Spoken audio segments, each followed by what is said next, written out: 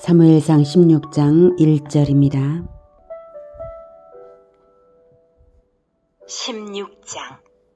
여호와께서 사무엘에게 이르시되 내가 이미 사울을 버려 이스라엘 왕이 되지 못하게 하였거늘 내가 그를 위하여 언제까지 슬퍼하겠느냐.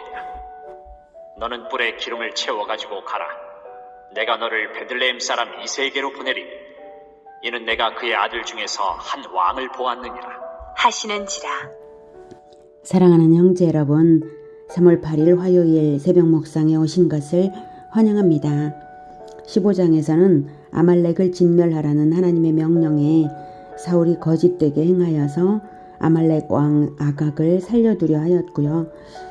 실제로 살려두었죠. 사무엘이 죽인 것은 사무엘이 죽였습니다. 그리고 짐승들의 좋은 것을 남겼기에 하나님께 버림받음을 확정적으로 선언받았습니다. 13장에서 제사를 불법 집전했던 일로 이미 경고를 당한 터에 새로이 주시는 충성의 기회를 사울은 간교한 거짓말과 탐심으로 헛되게 만들고 말았습니다. 이제 사울 왕과는 이어지지 않을 것입니다. 그럴지라도 하나님은 당장에 폐위를 시키신 것은 아닙니다. 이스라엘을 보호하시기 위해서 사울은 여전히 제위에 있게 하셨어요. 차기 왕이 될 자를 준비하시는 과정 동안은 사울이 왕좌에 있어야 하고, 또한 이스라엘의 왕정이 인본적 왕정이 아니라 신정적 왕정이므로 차기 왕은 사울 왕에 대한 반역이나 혁명으로 왕이 되어서는 안 됩니다. 차기 왕은 사울 왕에게도 충성을 하는 자여야 합니다. 사울이 그랬듯이 차기 왕도 사무엘에 의하여 하나님이 지명하시는 자를 기름 부으실 것입니다. 이 점이 이스라엘의 왕정의 특별한 점입니다.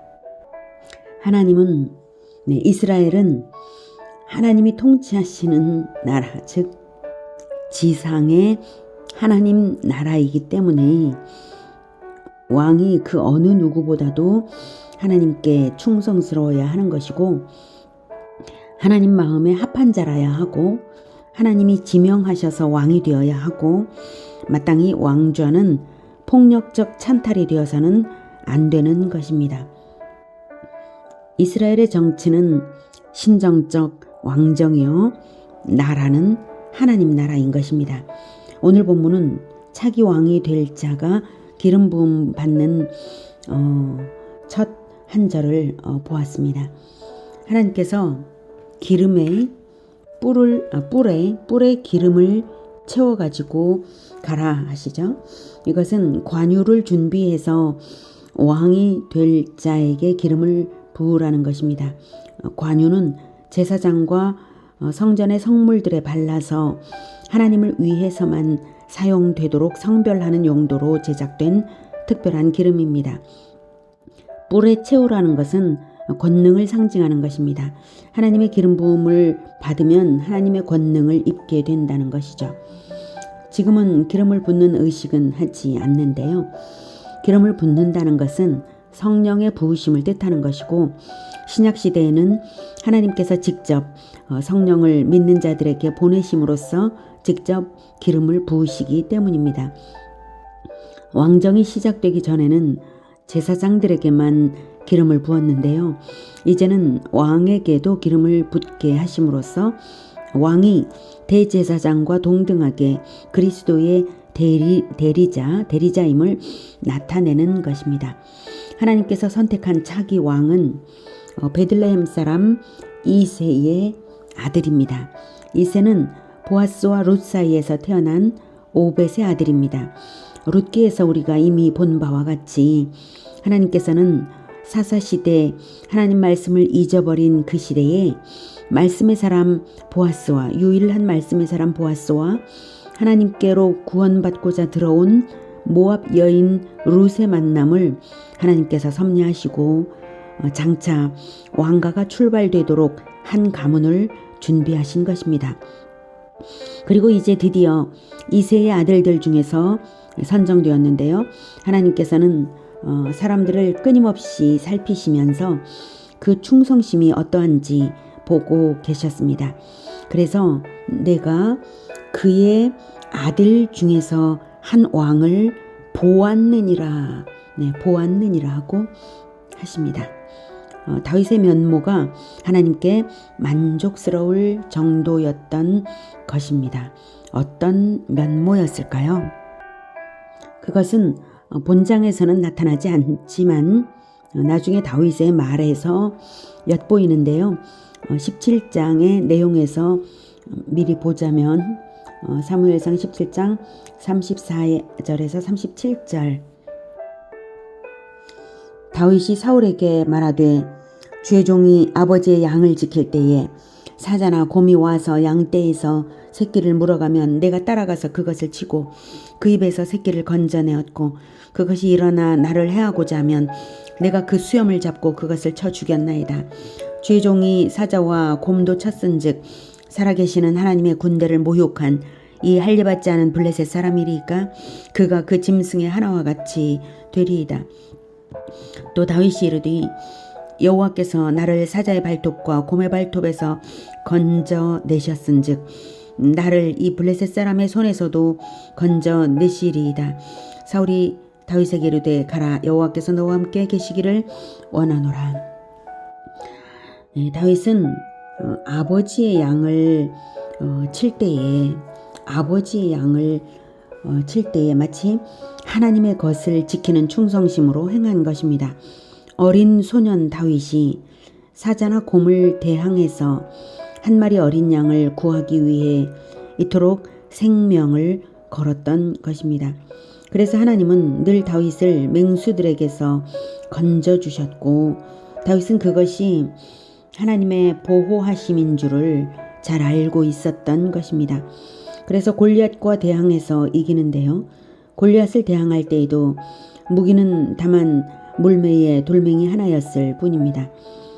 멀리서 다가오는 짐승을 물맷돌로 정확하게 이마를 맞춰서 쓰러뜨리기 위해 끊임없는 연습을 거듭했다는 것을 알 수 있죠. 그래서 골리앗도 단방에 쓰러뜨릴 수 있었던 것은 충성심과 하나님의 도우심이 늘 함께 했기 때문입니다. 다윗의 물맷돌은 골리앗의 이마에 정통으로 사자나 짐승들의 이마를 맞췄던 그 실력으로 골리앗도 그렇게 맞춰서 쓰러뜨렸던 것입니다. 이처럼 다윗의 마음 중심이 이랬으므로 왕으로서 합당한 자였습니다. 왕의 첫째 가는 덕목은 충성이어야 합니다. 신정적 왕정이기 때문입니다. 지금은 어떻습니까? 예수님의 십자가 이후 이스라엘 왕가의 혈통은 무의미해졌습니다. 성소의 휘장을 하나님이 찢으시면서 율법도 철폐하셨습니다. 지상의 토지는 더 이상 하나님 나라가 아닙니다. 그러나 진정한 하나님 나라가 시작되었고 진정한 왕들이 성령을 받아서 모든 민족으로 하나님 나라를 확장해 나가고 있습니다. 제자화가 그것입니다. 예수 제자들이 바로 왕들입니다. 하나님은 우리를 왕들로 부르셨고 왕들임으로 십자가를 지고 공동체를 이끌고 생명으로 책임지라고 하십니다. 그리고 마침내 예수님께서 재림하실 때에 새하늘과 새 땅으로 들어갈 때에 천국은 만국의 영광을 가지고 들어가는 나라입니다. 그리고 예수님은 만왕의 왕으로서 높임을 받으시고 영원히 하나님께 영광을 올려드릴 것입니다. 베드로전서 2장 9절은 그러나 너희는 택하신 족속이요 왕같은 제사장들이요 거룩한 나라요 그의 소유가 된 백성이니 이는 너희를 어두운 데서 불러내어 그의 기이한 빛에 들어가게 하신 이에 아름다운 덕을 선포하게 하려 하심이라. 그의 아름다운 덕을 선포하게 하려 하심이라. 복음화 제자화로서 천국을 건설하는 것입니다. 누가복음 9장 23에서 27절 또 무리에게 이르시되 아무든지 나를 따라오려거든 자기를 부인하고 날마다 제 십자가를 지고 나를 따를 것이니라. 무리에게 이르셨습니다. 아무든지라고 하셨습니다. 누군가 특별한 사람만 예수 제자가 되는 것이 아닙니다. 십자가를 날마다 제 십자가를 지고 따르는 자, 그래서 십자가를 지고 복음과 제자화를 하는 자, 그가 바로 왕입니다. 24절 누구든지 제 목숨을 구원하고자 하면 잃을 것이요 누구든지 나를 위하여 제 목숨을 잃으면 구원하리라. 누구를 구원하리랍니까? 공동체를. 왕이니까요. 25절 사람이 만일 온 천하를 얻고도 자기를 잃든지 빼앗기든지 하면 무엇이 유익하리요? 온 천하 이 땅의 것은 의미가 없습니다. 네, 온 천하를 얻어도 무의미하지만 그러나 자기 생명을 걸고 천국을 얻으라는 거죠. 누구든지 나와 내 말을 부끄러워하지 않으면 인자도 자기와 아버지와 거룩한 천사들의 영광으로 올 때에 재림 때에 그 사람을 부끄러워하리라. 자기를 잃어버리는 사람은 부끄러움 당하는 거죠. 하나님의 말씀을 부끄러워하면 부끄러움 당하는 것입니다. 그러나 27절 내가 참으로 너희에게 이르노니 여기 서 있는 사람 중에 거기 무리가 써 있었죠. 그 중에 죽기 전에 하나님의 나라를 볼 자들도 있느니라. 이것은 바로 십자가를 지고 나를 따르라 하셨습니다. 목숨 걸고 따르라. 그러나 목숨 걸고 십자가를 지는 죽기를 각오하고 예수님을 따르는 충성을 할 때에 죽기 전에 하나님 나라를 오히려 건설하게 될 것이다 라는 뜻입니다. 이사야 65장 17절은 보라 내가 새하늘과 새 땅을 창조하나니 이전 것은 기억되거나 마음에 생각나지 아니할 것이라. 예수 탄생 수백 년 전 이사야를 통해서 하나님께서 말씀하신 것입니다. 새하늘과 새 땅은 준비되고 있는 것입니다. 베드로후서 3장 12, 13절은 하나님의 날이 임하기를 바라보고 간절히 사모하라. 그날에 하늘이 불에 타서 풀어지고 물질이 뜨거운 불에 녹아지려니와 천재지변으로 이 땅은 사라집니다. 13절 우리는 그의 약속대로 의가 있는 곳인 새하늘과 새 땅을 바라보도다. 종말을 두려워하는 것이 아니라 새하늘과 새 땅을 바라보고 기대하는 것이 바로 우리 믿는 자들입니다. 요한계시록 21장 26, 27절은 사람들이 만국의 영광과 존귀를 가지고 그리로 들어가겠고 무엇이든지 속된 것이나 가증한 일 또는 거짓말하는 자는 결코 그리로 들어가지 못하되 오직 어린 양의 생명책에 기록된 자들만 들어가리라. 어린 양 예수님께서 생명책에 예수님을 믿는 자들을 족보에 기록하실 것이죠. 바로 거기에 이름이 기록된 자들은 천국으로 들어갑니다. 바로 어린 양의 생명책에 기록되도록 하나님 나라를 개척하는 자들, 그들이 바로 만왕의 왕들이고 만국의 영광을 가지고 천국으로 들어가는 만왕들입니다. 예수님은 만왕의 왕이십니다.